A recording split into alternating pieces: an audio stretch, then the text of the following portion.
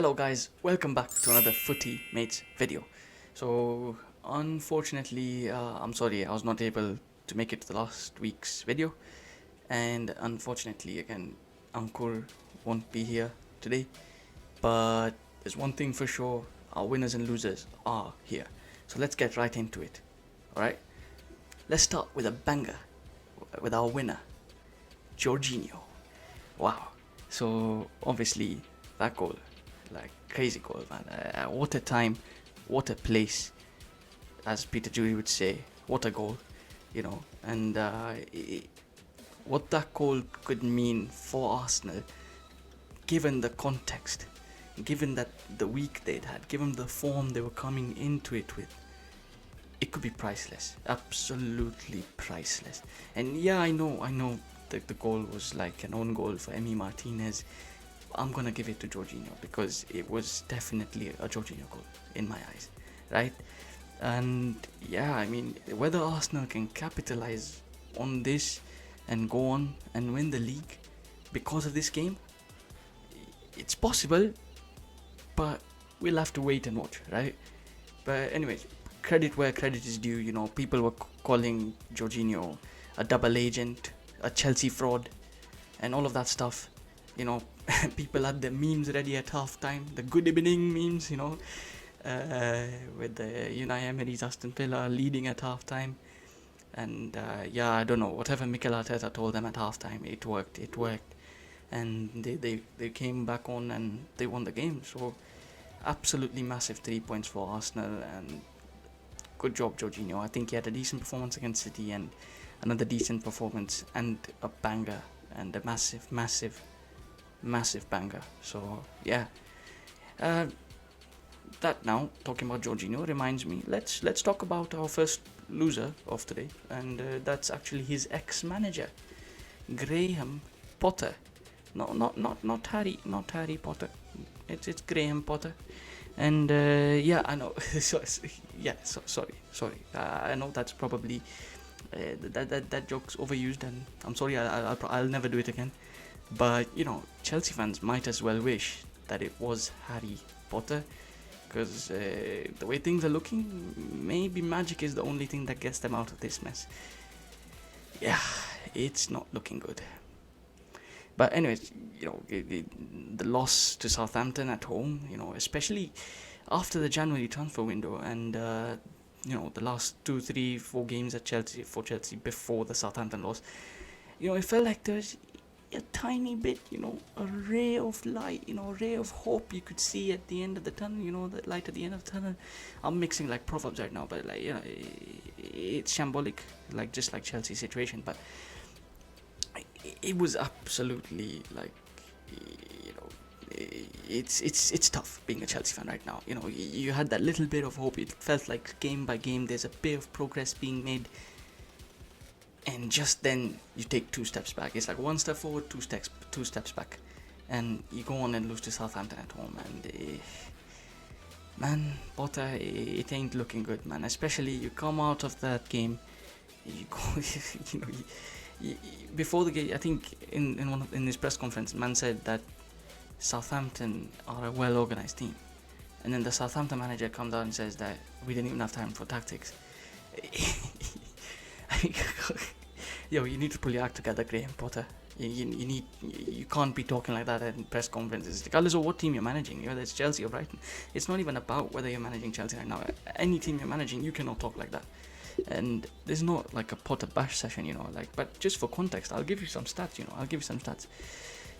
Potter's win percentage at Chelsea is 29.4% in the league, I think, which is the worst in recent times of all managers at Chelsea. I think, especially since the Roman Abramovich era, but also I think it goes a bit behind that. And yeah, for more context, I'll talk about Steven Gerrard's win percentage at Aston Villa, and that was like 31.6%, more than Potter's in the league. So, and he was at Aston Villa. He did not have like 300 million to spend. He did not have João Felix, Mudryk, and all these super team players, Enzo Fernandez. He did not have these players. He had a win percentage of 31.6%. Yeah, For more context, Gary Neville asked at Valencia, who we thought was shambolic. He got sacked. He's not even managing anymore. On the basis of that stint at Valencia, he had a win percentage of 35.7%. So, yeah, things are not looking good. It's looking bleak for Potter out there. But what I would say is, we know that Potter is not a bad manager. He's not. We've seen him at Brighton. He's done a few few good things, and yeah, but it just hasn't worked out at Chelsea. It just hasn't, and so far, it's not looking great. It's not looking great, and only time will tell whether things can turn for the better. But my worry is he hasn't got much time left. Anyways, enough talking about losing. Enough of losing, and that's what our next winners also said. Bournemouth, they had enough of losing. I think they ended up picking their first win after 9 games. You could also say it's their only win in the last 10 games. So it's a massive 3 points for Bournemouth. It's a massive victory against Wolves, especially considering that they have the Arsenal, City and Liverpool coming up in the next 3 games. It's not in that order. I think the actual order is City, then Arsenal, then Liverpool, and they're playing City and Liverpool at home while Arsenal away. But that's the actual order. And if you consider the next upcoming games, the game versus Wolves was the only winnable game that they had. So considering they managed to pick up the maximum points from this game is absolutely massive. In the relegation race, every single point matters, and I think this could prove to be massive. I'm not saying that they'll stay up or stay down on the basis of what I saw against Wolves, but what I am saying is that this could prove to be very crucial, especially given the run of fixtures they're gonna have. Also, they drew against Newcastle last week, so that was another good result that they picked up. So yes, surely confidence is growing, and looking at, they have City next up, looking at Nottingham Forest drawing City, and also Leipzig drawing City today. They could have some inspiration, and you never know, they could pull off a result. Also, now that's talking about all that about City and picking up those 2 draws. City are our next losers. Yeah, our next losers are City. So, and it's exactly for that reason, because for me, I think having City, having drawn that game against Nottingham Forest in the weekend, I feel like it was a massive opportunity lost. They could have extended the lead at the top. I know Arsenal would have still had a game in hand, and they could have still gone on top after the game in hand has been played, but they could have stayed on top for another game week. They could have built on the momentum that they were starting to build. All these City fans talking about siege mentality, anger because of all the charges the Premier League has put up against them, and we all thought that that was the moment. That win against Arsenal was the moment that City now go on an unbeaten run until the end of the season, and a winning run until the end of the season. I know they're still unbeaten with the last 2 games being drawn, but the winning run that they always pick up towards the end of the season, we all thought that would be coming in, but it just hasn't. And that's what makes me think that maybe this isn't the City of the last 3-4 years we've seen. Maybe they aren't quite as exceptional. They're still a good team, but they're just not that. They're just not Centurions. They're not the team that beats Liverpool to those title races. So it begs you the question, can City go on that winning run that they need to for the league? Because Arsenal came on and put on an amazing result, an amazing show against Aston Villa, and that could mean what it could mean mentally is priceless for Arsenal, and what this could mean mentally for City is also something we have to consider. And not only drawing against Nottingham Forest, they went on to draw against Leipzig in the Champions League as well.